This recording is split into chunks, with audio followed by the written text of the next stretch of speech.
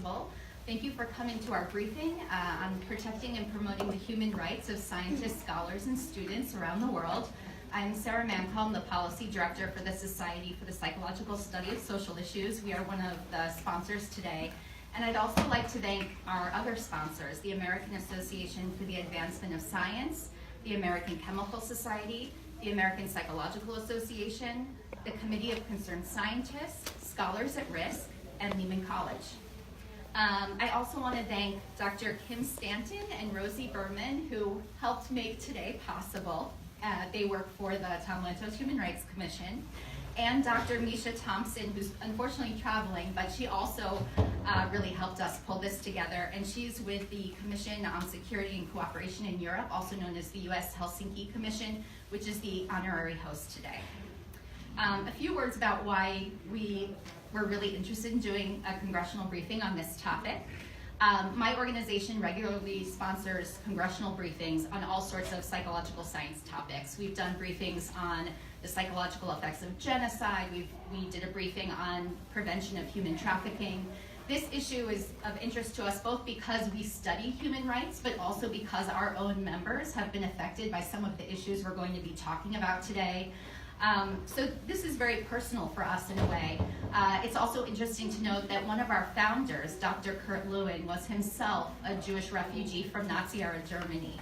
So we have a long tradition of really understanding how important human rights are. I am going to turn it over to our moderator for today, Teresa Harris from AAAS. Thank you, Sarah, and thanks again to SPSSI and to all of our hosts for organizing this important briefing today, everyone that you named to make this event possible. I want to also reiterate the thanks for the organizations that are members of the AAAS Science and Human Rights Coalition that are some of our co-sponsors of this event, the American Chemical Society, American Psychological Association, and also colleagues at some of the other coalition member associations that are active in supporting the human rights of scientists. Those include the American Physical Society, the American Mathematical Society, American Statistical Association, American Political Science Association, and those are just a few of the 26 scientific associations that are members of the coalition with SPSSI, who, like those groups, also recognize a role for science and scientists, engineers, and health professionals in human rights. Today, it's my great privilege to introduce leading voices from across a diverse spectrum of scholarly disciplines, from research institutions, NGOs, and advocacy organizations, who are going to help us all together understand and they'll illuminate the very urgent human rights situation of scientists, scholars, and students around the world. This is not a new issue. In fact, the Science and Human Rights Program at AAAS started back in the 70s in response to the persecution of scientists worldwide, and the efforts by NGOs and scientific associations around this go back much further than that. So I'm grateful that the speakers today are going to frame the dynamics specific to human rights of the scientific and scholarly communities, provide an update on some of the most urgent situations in individual cases, and point us towards some actions that everyone here can take. And after the we'll go through the presentations, and then we'll have time for questions at the end, which I expect with a group as knowledgeable as this, and with some of you who I recognize in the room, that's going to be a very rich discussion. So let me introduce the speakers in the order that they'll come up. You have bios on the back of your agenda program, so I won't go through everything because they're very accomplished and that would take the whole time. So, but I will introduce them briefly.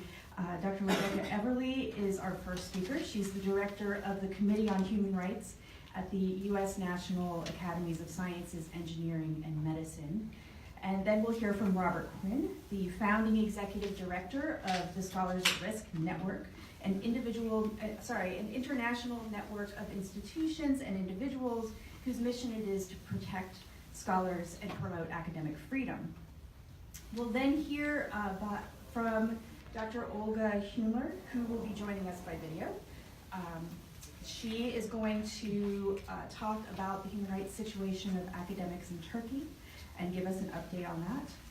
The next speaker then will be Eugene Chodnevsky, who is a distinguished professor of physics at CUNY in New York and a fellow of the American Physical Society, who has been very active in the field of human rights through a number of committees, a number of organizations, including the Committee of Concerned Scientists.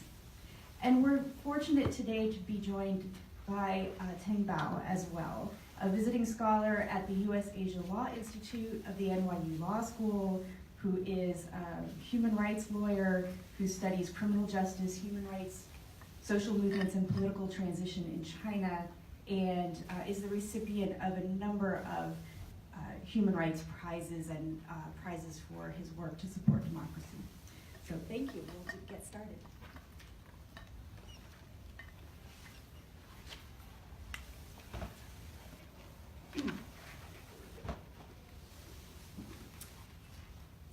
Thank you so, can you hear me? Yeah, okay. Thank you so much, Teresa, and also a big thank you to Sarah and to those who are involved in organizing and sponsoring this event. It's really such a pleasure to be here. As Teresa mentioned, I direct the Committee on Human Rights at the National Academies of Sciences, Engineering, and Medicine here based in DC. And our committee is composed of members of the three academies appointed by our three academy presidents. And like most of the organizations here, actually, one of our main objectives is to advocate for justice in the cases of colleagues suffering human rights abuses worldwide. And our advocacy consists of many different kinds of measures, from private petitions to submissions, formal submissions to human rights complaint bodies. One of the key things that we do is mobilize members of the global scientific community to speak out in support of colleagues under threat worldwide. And I should say that most of the work that we do is behind the scenes, it's non-public. I know that for some people, many people maybe, the connections between science and human rights advocacy are a little bit hazy, and some of you in this room may have done or be doing work with the National Academies of Science on science and technology policy issue and not realize that the academies actually have a human rights committee. But we do, and one of the reasons why we do is because our colleagues face some really special risks and have some really particular vulnerabilities when it comes to human rights, rights abuse. And what I want to do, I just have a few minutes here, but I want to talk with you about what some of those special risks and vulnerabilities are. But before I do that, I'd like to also just maybe flesh out a little bit what I mean when I talk about serious human rights abuses. Our committee and many others work in support of individuals suffering serious human rights abuses.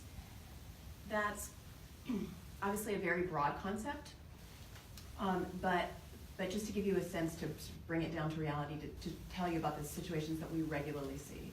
So we regularly see cases of individuals who are facing criminal proceedings because of the exercise of their internationally protected rights. So that includes free speech, their academic writings.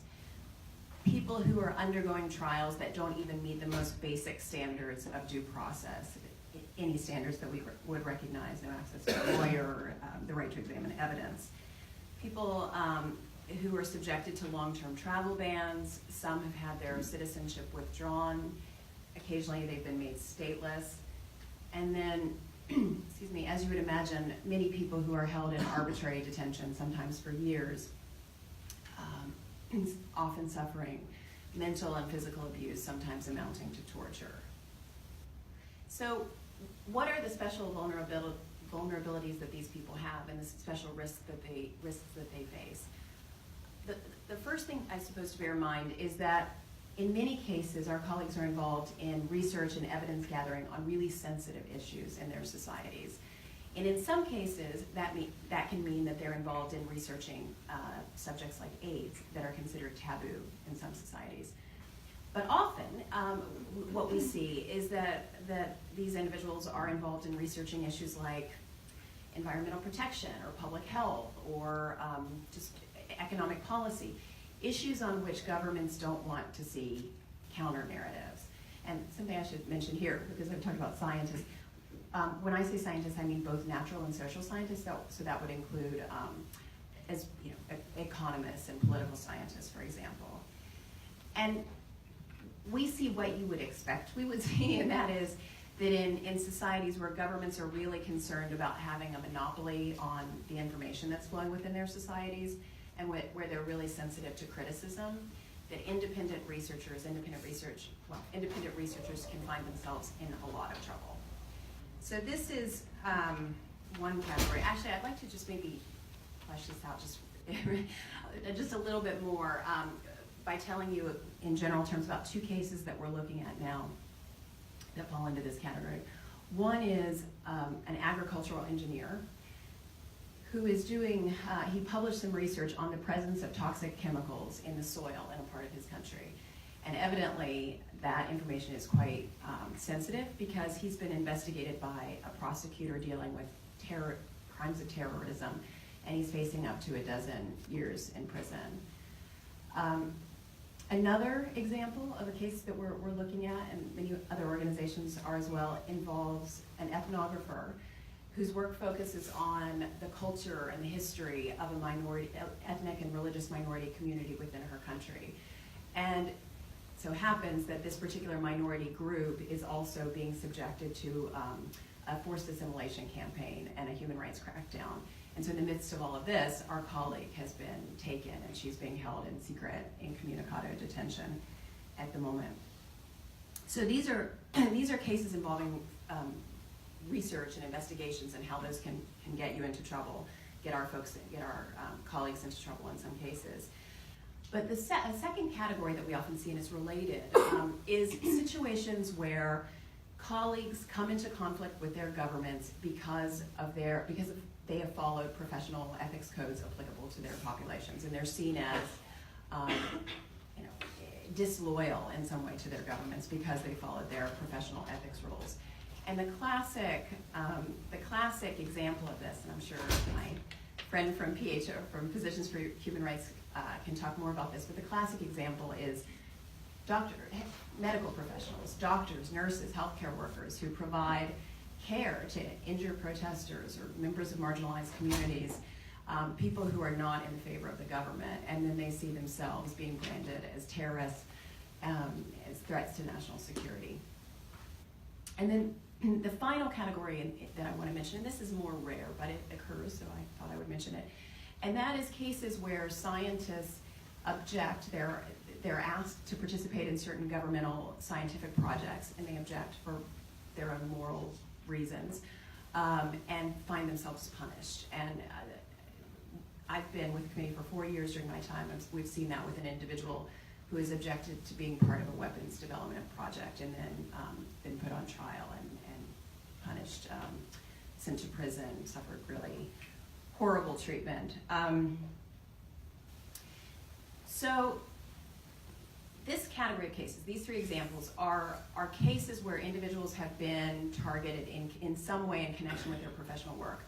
But I should make sure to mention that, in many cases, scientists, engineers, and health professionals in many societies, they're leaders within their communities, and they're often involved in teaching members of the younger generation. And because of this, governments tend to be very quick to punish them and to punish them harshly when they're, even in their private capacity, speaking or taking actions that are viewed as dangerous.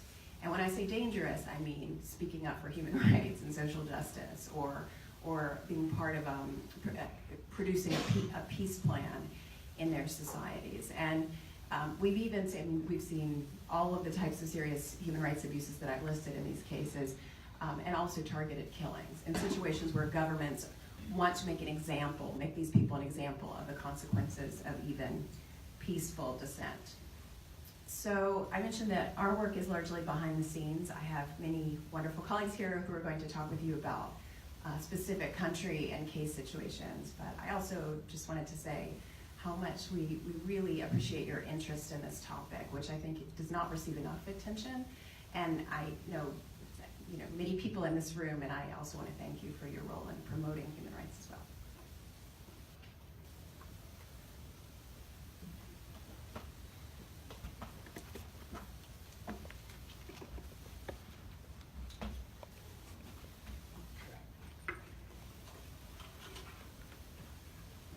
Sorry. Hi, everybody. I'm Rob Quinn. I'm the Executive Director of what's called the Scholars at Risk Network, and I'm delighted to be here. I want to thank Teresa. I want to thank all of our co-panelists and sponsoring organizations. And to echo the thanks for all of you for taking your time out of a busy day for a topic that I agree doesn't get enough attention. I just want to give you a few seconds on what Scholars at Risk is, so you know the perspective that I'm coming from, share our experience with the problem of attacks on scientists or scholars writ large. I'd like to give you a little bit of sense of why I think that happens, and that connects to why we should care. Because I think the reason they're targeted is the reason why it's so important that we should care about it. And then I want to end with maybe some prescription for what we can do.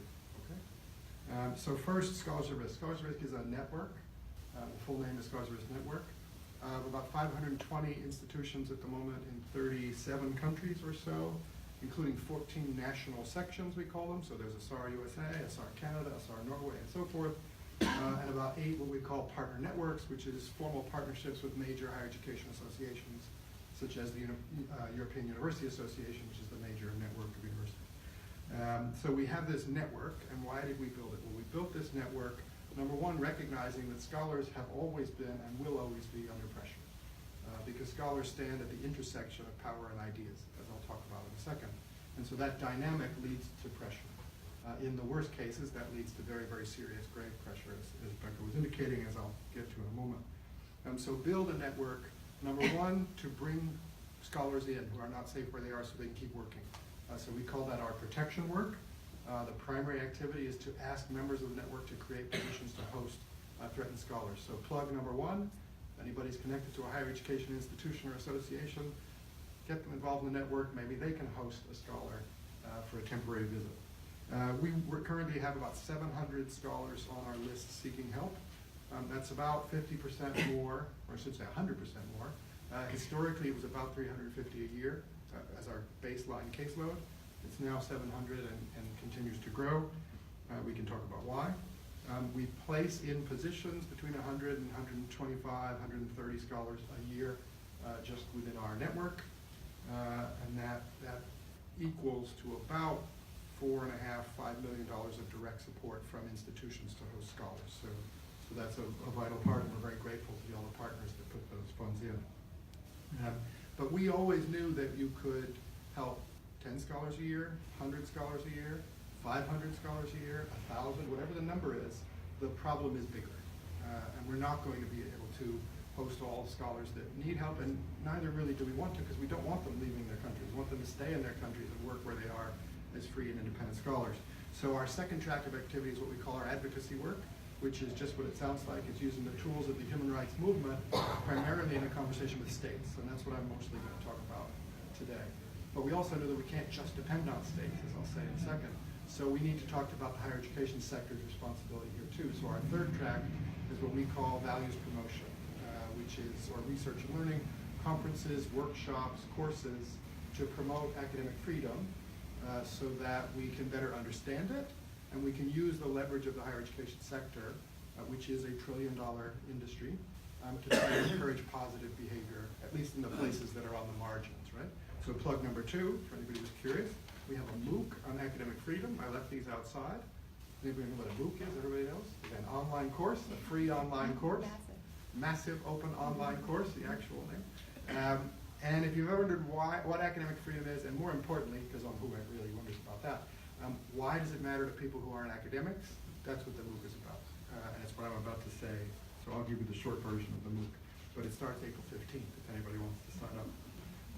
So that's the big universe of what we are. So a network designed to assist as many individuals as possible, designed to engage states in protection so that the conditions improve where they are, and designed to engage universities so they can use their leverage and so they can navigate the very complicated pathways of trying to be a global institution, recognizing that means it puts you in contact with people who in places where these values may not be fully recognized. On that point, I should emphasize we are not a conversion project. We're a link-up project.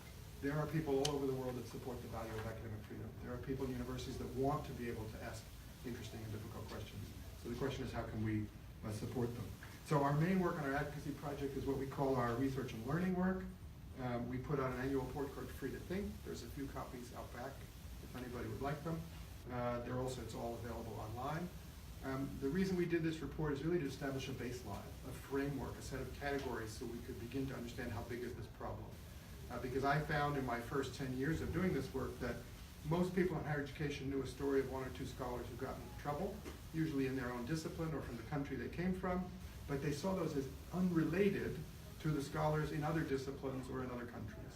And I submit to you that they're not at all unrelated. In fact, they're directly related because of the dynamics behind attacks on scholars. So we put out this report. When you open it up, it has a little table in it about the types of attacks. Becca's already talked about basically most of the ones that we cover, but our 6 in the report are killings, violence, and disappearance, wrongful prosecutions, wrongful imprisonment, wrongful dismissal, travel restrictions, and then the great other category at the end, of which a significant percentage are attacks on students. And so let me give you a sense of scale in terms of the stats. In our 2017 report, we reported on 257 incidents. Now, an incident may involve hundreds or thousands of individuals, so don't take that to mean I'm saying only 257 people were targeted, right? So these involve thousands of individuals. So 257 in 35 countries. Last year, we reported 294 in 47 countries. This year, just for the first half of the year, we've got 159, and so that means we're on track for over 300 reported incidents just this year. Now, for any statisticians in the room, because we're with scientists, this is not a statistical sampling. I'm not necessarily saying these numbers mean things are getting worse, because our reporting is getting better. But I would tell you anecdotally and from the qualitative data, it is getting worse, okay? But not statistically speaking. Within those, just so you know, in terms of killings and violence cases, 55 in 2017, 79 last year, 39 already this year, which means we're headed for over 80 this year, which would be a record in terms of our reporting. In terms of prosecutions and imprisonments, 128 in 2017, 148 last year, 86 already this year, which means we're headed again for a record in terms of reporting of over 180. And of the 159 incidents that we so far have tracked this year, 39 involve Turkey, which is roughly 25% of the cases. And I think one of our other panelists will go into detail there, so I won't. 24 involve China, or roughly 15% of the cases. Most of those are imprisonment cases, including very much the situation of Uyghurs. But again, Teng Bia will be talking about China. And also we had 28 involving attacks on students, or roughly 18%, including 18 of those involving killings or violence. So this is a broad problem involving many, many countries. The student cases alone, we're looking at Venezuela, we're looking at Sudan, we're looking at Nicaragua, we're looking at China, we're looking at Brazil, and we could go on and on. So in the report, I've already alluded, we have chapters, we have country chapters, Turkey, China, Iran. We also have thematic chapters on violence and prosecutions, travel issues, and attacks on autonomy. The cases really do range. We don't limit ourselves to just scientists, so it's all disciplines. We've worked with cases from over 100 disciplines. Saudi scholars, Hatun Al-Fassi, who is currently in prison, will be discussed in a moment. Shi Yue Wang, a Princeton graduate student in prison in Iran. Ahmad Reza Jalali, who is a Swedish-Iranian disaster medicine professional, who is currently under a death sentence in Iran. We and other groups here have been campaigning to hopefully forestall that. And Peter B.R. Ajak from South Sudan, who started the trial yesterday. So these are just the tiniest surface sampling of the types of cases. I also want to mention that the report for the first time ever has a chapter on increased pressure on U.S. campuses. We've all seen the stories, we all know what's going on in the cases in those stories, but the question is, what do we do about these, right? And for those who know, we have a new executive order that was signed yesterday, or at least disclosed yesterday, by the administration, which really has two parts in it. One part has to do with transparency about costs and so forth and so on. That could be all well and good, and I'm not really speaking about that part, but a little sliver of it in there says that they will threaten to cut the research funding of institutions that don't guarantee free expression. Right? So superficially, that seems okay, perfectly reasonable. Why would we allow funding to places that cut free expression? But the challenge with that is, who decides?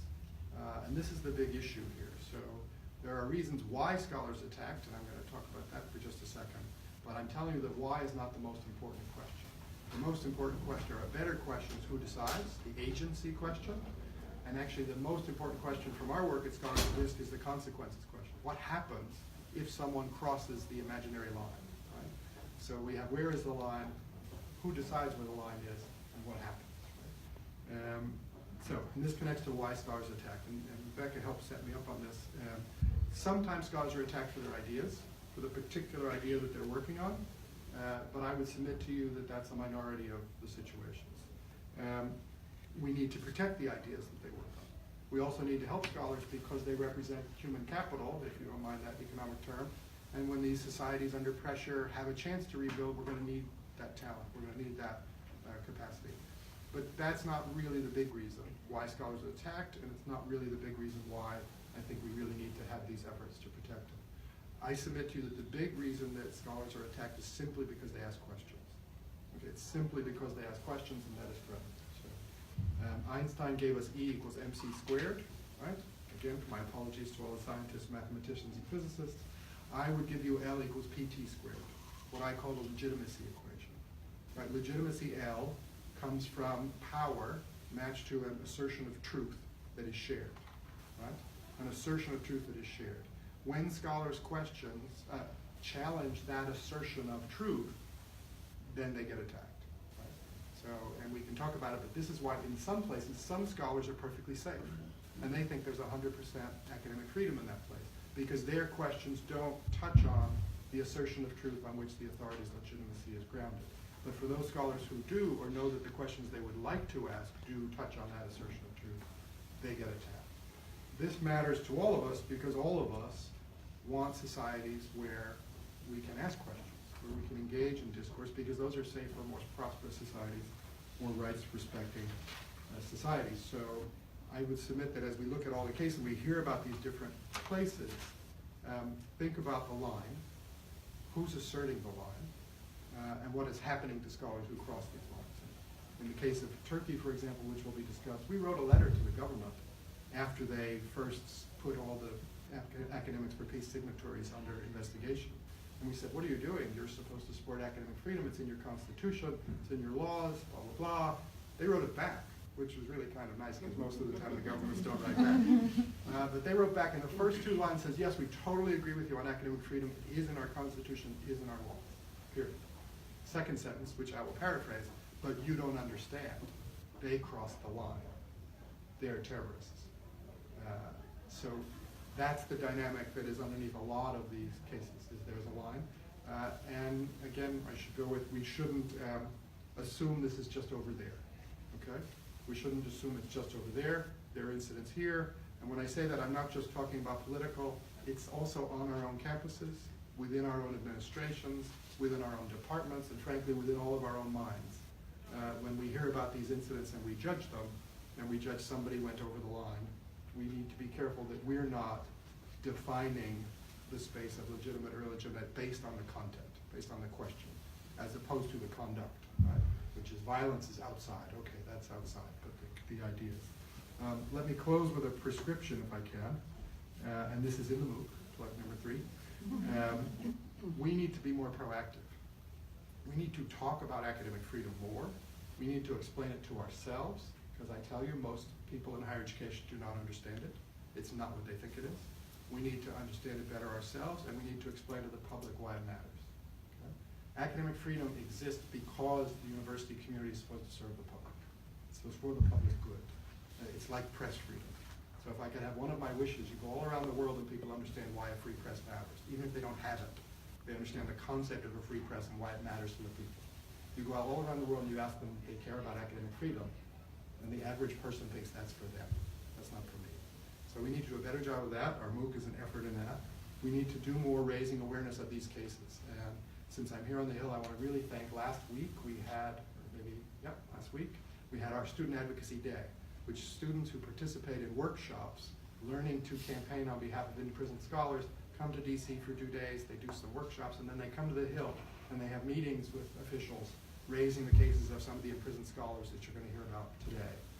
So I thank anybody who's connected to any of the offices of the Congress representatives or senators who met with those scholars. I really appreciate it, and we need to do more of that. We need to seize the opportunity in this executive order, which has just come out. On the one hand, it's not a good idea that the state should be saying that they will be deciding what free inquiry is or is not. On the other hand, transparency is not a bad idea, and maybe we could take this as an opportunity as a sector and say, we're going to voluntarily say what we do for academic freedom on our campuses. And we're going to be proud of the fact that our campuses are already rich places for very, very vibrant inquiry and debate, right? And we're going to explain what's the difference between free expression out on the street and in the campus, because the rules are different, right? In the street, you have no obligation to have your ideas, your opinions connect with anybody else's, right? You can just have your opinion. But in the university, we have a purpose to the dialogue we're trying to build, and you're supposed to try to get your ideas to match up with others, and you're supposed to bring evidence and debate and persuade and so forth and so on. So we need to do a better job putting that out there. That's the local stuff. Globally, we need to support the work that the groups at the table here are doing, and we need to get states to use the Free to Think report to pressure other states, forgive me, including bringing the issue of academic freedom to international fora. And I think we can take as an example the European Parliament, which after learning of our 2017 report and being appalled by the level of attacks there, they started an internal process. They came up with a recommendation, and I'm pleased to say we were trying to be helpful. And in November of this year, they passed a recommendation that academic freedom be one of the considerations of EU foreign action, their foreign policy. So we need to raise it up to that level. 2 weeks ago in Bolivia, we had a group that we call our Academic America's Hub, so a group of scholars from Latin America, met with the Inter-American Commission on Human Rights, and now they're considering doing some kind of a resolution or recommendation raising academic freedom up in the profile. Through the human rights system, we and partners in our network put in briefs on different countries to the UPR system, the Universal Periodic Review. To our knowledge, in the case of Pakistan, it was the first time ever any country had been asked about academic freedom as a part of that process. So just asking the questions in public, making states respond to the issues. So bottom line, thank you for taking the time here. This is bigger than about the individual scientists we're going to talk about. This is bigger than the university space, because this is fundamentally about attacks on the space to think freely and to ask questions and to live in a society where decisions are made not by force, by whoever's stronger or richer, who has the most authority and power at that moment, but by the content of ideas and by persuading each other. So you guys have taken a big step by being here. Please share the materials and let us know if you see opportunities for us to advance this cause. Thank you.